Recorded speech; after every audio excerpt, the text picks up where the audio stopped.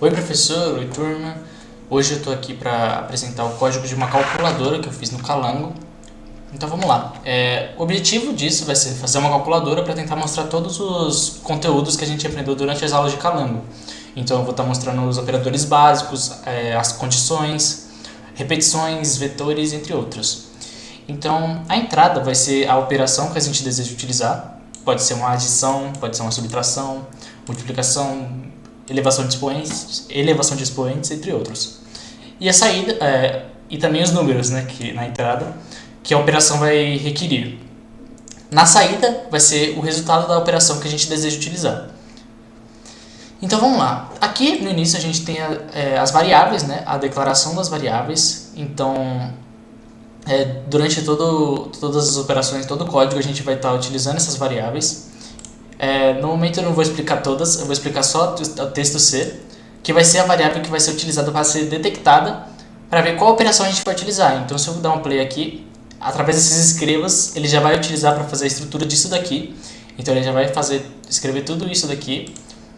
E o que eu digitar que está entre parênteses, o comparatexto já vai conseguir detectar qual operação eu estou querendo utilizar. Então se o comparatexto do C e o mais for igual a zero, então no caso quando esses aqui forem iguais, ele vai executar o código que está aqui. Isso daqui já é a primeira condição que a gente tem. Então eu vou digitar o mais e ele já vai começar a fazer a condição de o C ser igual ao mais. Então a primeira operação vai fazer a soma. Então eu posso digitar o primeiro número, por exemplo, sei lá, um 8 e o outro número 10. Então ele vai fazer a soma, 8 mais 10 vai ser igual a 18. Aqui a gente tem casas decimais porque eu quis deixar real para a gente poder também fazer a soma de números reais, de números decimais ou negativos no caso. Beleza. A próxima operação vai ser a subtração. Então eu digito menos aqui, ele vai detectar com comparatexto que eu digitei o menos e aí ele vai fazer a subtração. Então, por exemplo, 10 menos 2 vai ser igual a 8. Beleza, indo para o próximo comando básico também, os dois últimos básicos, a gente vai ter a multiplicação e a divisão. A multiplicação, mesma coisa da adição e da subtração, é só digitar o símbolo da multiplicação que ele já vai detectar. Então eu digito os números, 5 vezes 5 vai ser 25.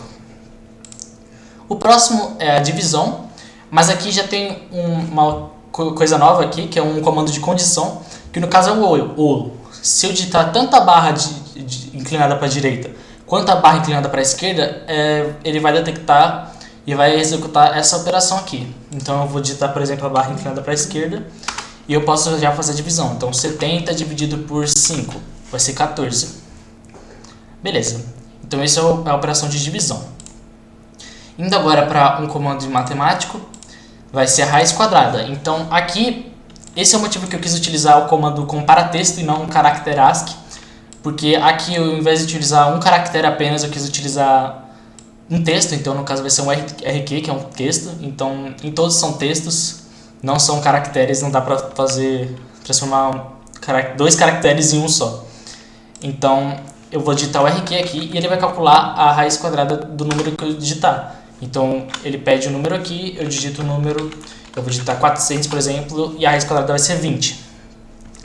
Nota que eu coloquei aqui, tem três casas decimais, porque aqui eu coloquei para limitar ele em 3 casas decimais. Então eu coloco esses dois pontos e o número 3 e ele vai limitar quantas casas decimais eu quero. Então se eu digitar, por exemplo, a raiz quadrada de 2, ele já vai ter a limitação maior aqui por causa da limitação. O próximo comando vai ser o exponencial, o comando de expoentes. Então eu digito EE e aí eu vou digitar a base do número, então sei lá, 8 e o valor do expoente. Então vai ser 8 elevado a 3, por exemplo. Então 8 elevado a 3 vai ser igual a 512. Beleza, vamos para o próximo agora. Agora o próximo já é um comando mais complexo, que é a média aritmética. Então a média aritmética já vai abordar tanto os comandos de repetição quanto os vetores. Então aqui ele vai primeiramente, eu vou digitar aqui o MA, que é a média aritmética, e ele vai pedir primeiramente quantos números a gente vai estar utilizando em toda a nossa média. Então eu digito, por exemplo, vou querer fazer a média de 5 números, então eu digito o número 5, e aí vai começar uma repetição de escrevas aqui, de digite o número, graças a esse para. Esse para vai fazer com que essa variável i vai aumentando de 0 até o N1, que o N1 no caso é o número que a gente deu aqui, que é 5, de 1 em uma vez, e vai realizar essas operações aqui até o i chegar ao valor de N1, N1 menos 1 no caso. Então, 5 vezes ele vai fazer esse escreva e fazer esse leia. Então, eu digito 5 números. Então, 10, sei lá, 5, 6, 9 e 2. E aí ele vai calcular a média aritmética.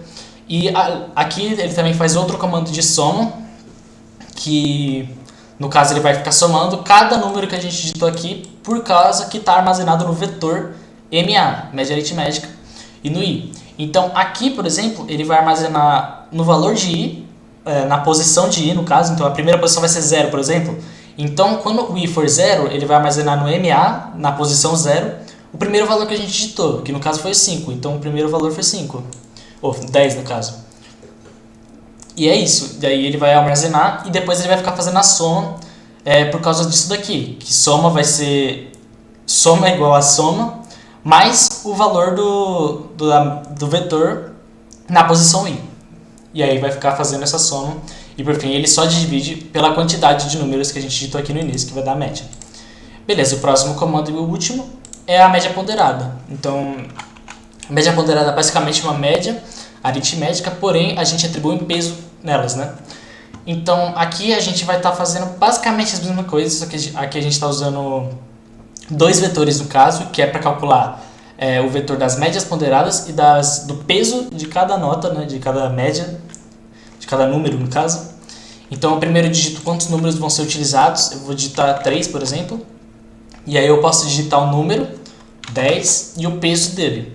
Então 10 com peso 3, 8 com peso 6 e 2 com peso 7. E aí ele vai calcular a média ponderada dos números. Então é basicamente isso. Essa é a calculadora. Revendo tudo aqui, mostrando o código todo de novo. E é isso.